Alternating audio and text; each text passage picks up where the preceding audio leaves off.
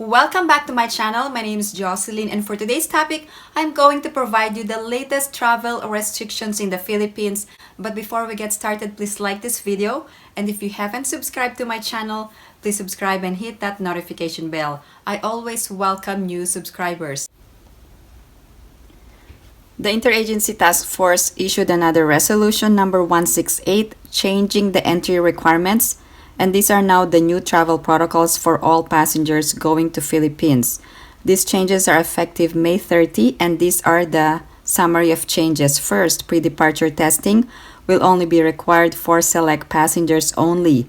Also, travel insurance will no longer be required. In addition, remotely supervised antigen test will now be allowed.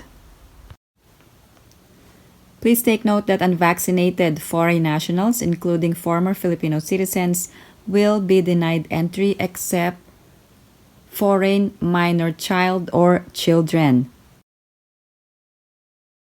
Please take note that all passengers must register through the One Health Pass within 48 hours prior to departure and not arrival. It will be prior to first flight if you have multiple flights, or if you have a direct flight within 48 hours prior to your departure. Also, please take note that there is a fake website asking you for money, and I'm showing to you the fake website. Please do not register. Here's the actual website, onehealthpass.com.ph. Make sure that you go to the correct website. Here are the requirements for foreign nationals who are tourists or possess a 9A visa, and this can be applicable for foreign spouse traveling alone. For 18 years old and above with booster shot, you must be fully vaccinated, you must have acceptable proof of vaccination, passport valid for at least 6 months at the time of arrival, you must have a return or onward ticket not later than 30 days or those with a 9A visa for the duration of stay in the Philippines. Also, you must have a One Health Pass registration.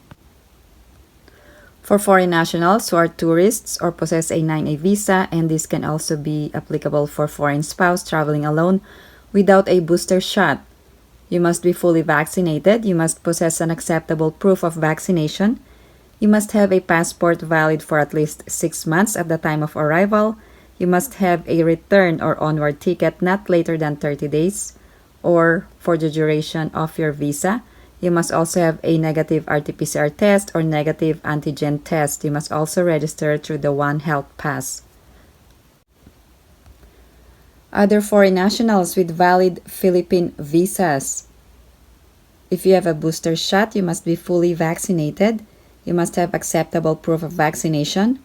Also, you must have a passport valid for at least 6 months. Also, return ticket is not required. Travel insurance is also not required, but you must have One Health Pass registration. For those foreign nationals with valid visas without a booster shot, fully vaccinated, you must possess proof of vaccination. Also, you must have a passport valid for at least 6 months. In addition, you must have a negative RT-PCR test within 48 hours or negative antigen test within 24 hours. And you must also register through the One Health Pass. For Filipinos or dual citizens with booster shot, you must be fully vaccinated, possess an acceptable proof of vaccination, and you must register through the One Health Pass. And these are for 18 years old and above. For Filipinos without booster shots, you must be fully vaccinated, you must possess an acceptable proof of vaccination. In addition, you must register through the One Health Pass, and also you must present a negative RT-PCR test or negative antigen test within 24 hours.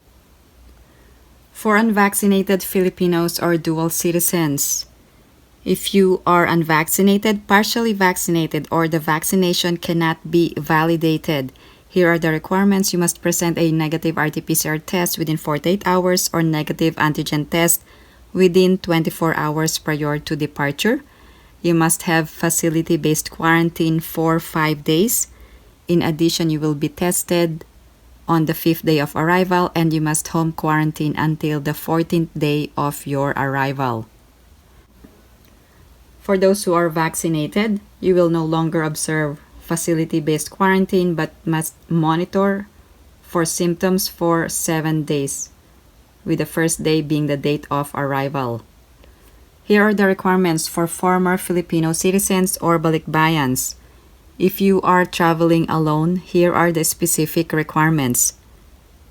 First, if you have a booster shot and you are 18 years and above, you must be fully vaccinated. You must possess an acceptable proof of vaccination. Also, you must have a passport. Your foreign passport must be valid for at least 6 months and also must register through the One Health Pass. And there will be no pre-departure testing required for those who have booster shot. For former Filipino citizens without a booster shot and you are 18 years and above, you must be fully vaccinated. You must possess an acceptable proof of vaccination. In addition, you must have a passport valid for at least 6 months at the time of arrival, register to the One Health Pass, and you must present a negative RT-PCR test within 48 hours or negative antigen test within 24 hours. Here are the requirements for minor children. Booster shot is not required for minor children. If you have a foreign child, there is a visa-free entry if the country is included under EO 408.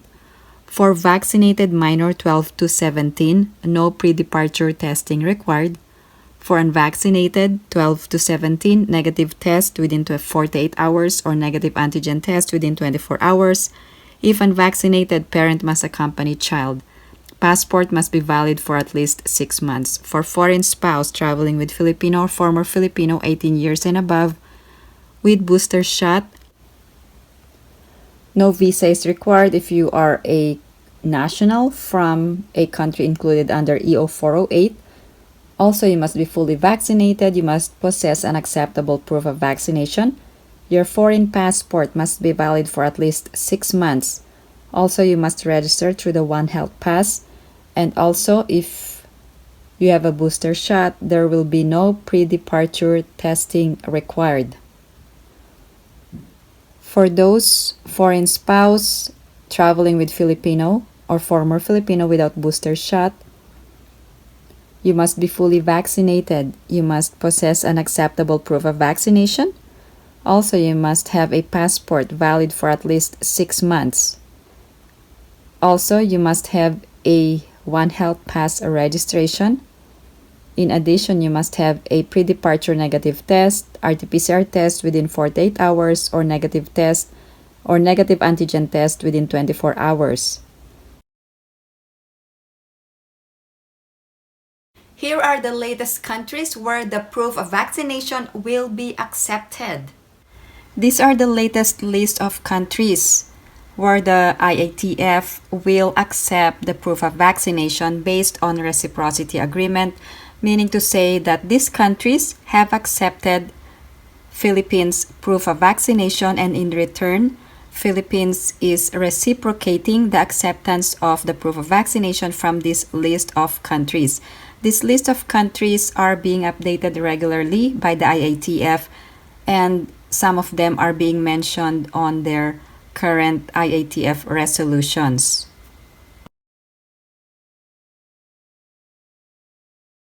Regarding the proof of vaccination acceptable in the Philippines, if your country is not listed in the reciprocity agreement or list of countries with acceptable proof of vaccination, you must present or provide this yellow card or international certificate of vaccination, which is under the first option for the acceptable proof of vaccination. Here is the latest quarantine requirements for those fully recovered Filipino nationals with positive RT-PCR test results. For those who are vaccinated,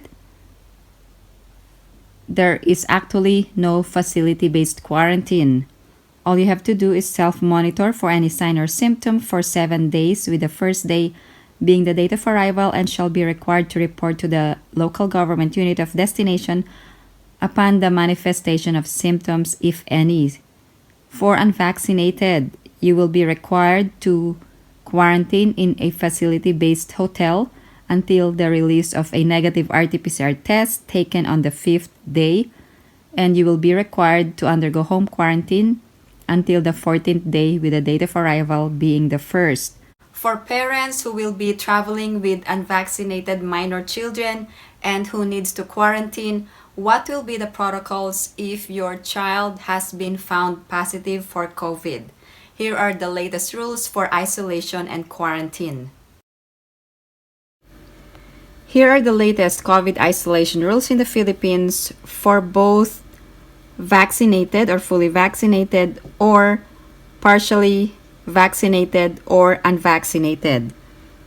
So there are two categories. First, quarantine if you are a close contact, 5 days for fully vaccinated and 14 days for partially vaccinated or unvaccinated. Please take note, there will be strict observance of health protocols up to 14 days or monitoring up to 14 days.